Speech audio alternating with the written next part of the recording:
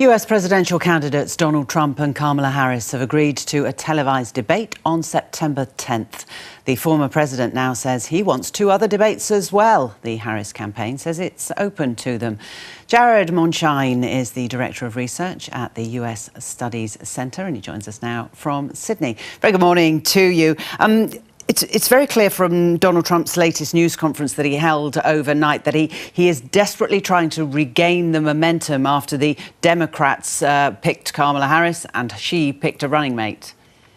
Yeah, very much so. I think for much of the 2024 campaign so far, he was against Joe Biden, and he was against someone who was not active. He was against someone who a majority of Americans thought were too old to be president, let alone run for another 4 years of office. And so I think what we're seeing right now is the sort of disciplined Trump that we saw when he was ahead of Biden for much of the campaign so far has in many ways vanished. He is now going back to his well-known greatest hits of making news when maybe his campaign didn't want him to make news in that way, making accusations and allegations in a way that maybe his campaign did not want him to. So what we're seeing right now is he is sort of reverting to what he has done in the past, and that includes being as aggressive as possible, and also, interestingly enough, accepting the terms of a debate which he did not want to accept. He, for some time now, only wanted to debate on Fox News, but I think he and his campaign realized that he actually needs to catch up at this point because the momentum, as you said, is no longer with him. What does Kamala Harris have to do to maintain the momentum?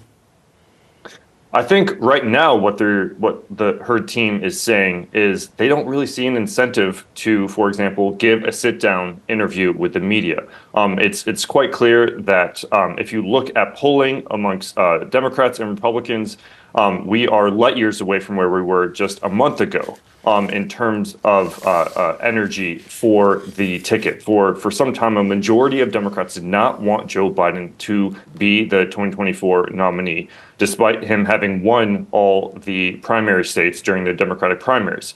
Now, it's basically neck and neck in terms of enthusiasm for their candidate, which is quite telling, given how strong Trump's base is. So right now, Harris is going to continue these major rallies around the swing states and continue to try to stay above the fray and maybe not get bogged down by the contentious news conferences that we just saw Donald Trump just give. Yeah, and when you look at the number twos, the running mates, they couldn't be more different, could they? No, while they are both white men from the Midwest, in many ways, they really could not be more different. And I think Harris's team is going out of their way to try to emphasize that, as much as they both are veterans from the Midwest, but they have taken very different career paths. Tim Walz is going to be, if he wins the presidency, would be the first person to occupy the presidency or the vice presidency since Jimmy Carter, who is not a lawyer or a graduate from law school. He is a very different person altogether. And so that sort of Midwestern dad from Minnesota and a school teacher and a football coach, that is what they're going to emphasize far more in trying to make their ticket the normal one while trying to accuse the Trump campaign of being the weird one. Let's talk about the debate then. September the 10th it's going to happen. It'll be on the American ABC network. I mean, we've seen Trump in the past up against Hillary Clinton, what he tried to do in the debates. The one with Biden was very different and he played it differently. How do you think he will attack this debate? That's a great question, because what was really interesting about that, the first debate we saw Donald Trump ever engage in, it was back in 2016. It was Hillary Clinton versus Donald Trump. And what was really interesting is how much of that was a Rorschach test. The Clinton supporters thought that she resoundingly won that debate because she stayed on message. She hit the key policy platform points, and she came off as presidential.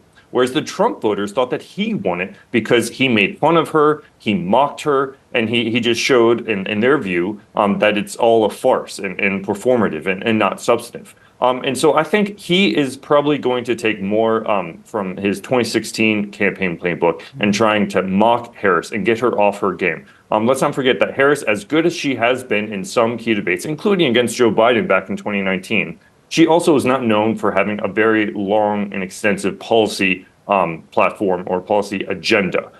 She still is quite young in political terms in terms of having developed a long career of policy issues. And so I think that is what Trump is going to try to do, trying to hit her on to get her off her game and trying to make her uncomfortable and maybe lash back in a way that makes her sort of lower herself in the eyes of the public. How does she and her team prepare for it, given that Donald Trump can be so unpredictable? Well, the Clinton campaign and the Biden campaign have both talked about how they prepared for Trump, debating Trump back in 2016 and 2020, as well as in 2024. And I think the lessons from debating Trump in 2024 that the Biden campaign took after Biden's debate was perhaps that there's an issue of being overprepared. That at the end of the day, you need to let the candidate be themselves and to speak for themselves and not get too bogged down into policy details. At the end of the day, I think there is some truth in that debates are not just policy focused, but actually performative. People want to see if the candidates have the confidence and have the stamina to stand toe to toe and look presidential. Sometimes if you get the wrong policy platform mentioned or you don't get all the details right, that's not as important as some may think, including those who prepared Joe Biden and who may now say that he was overprepared with detail and underprepared for performing. It'll be interesting, won't it? Jared Mondschein from the US Studies Centre, thank you. My pleasure.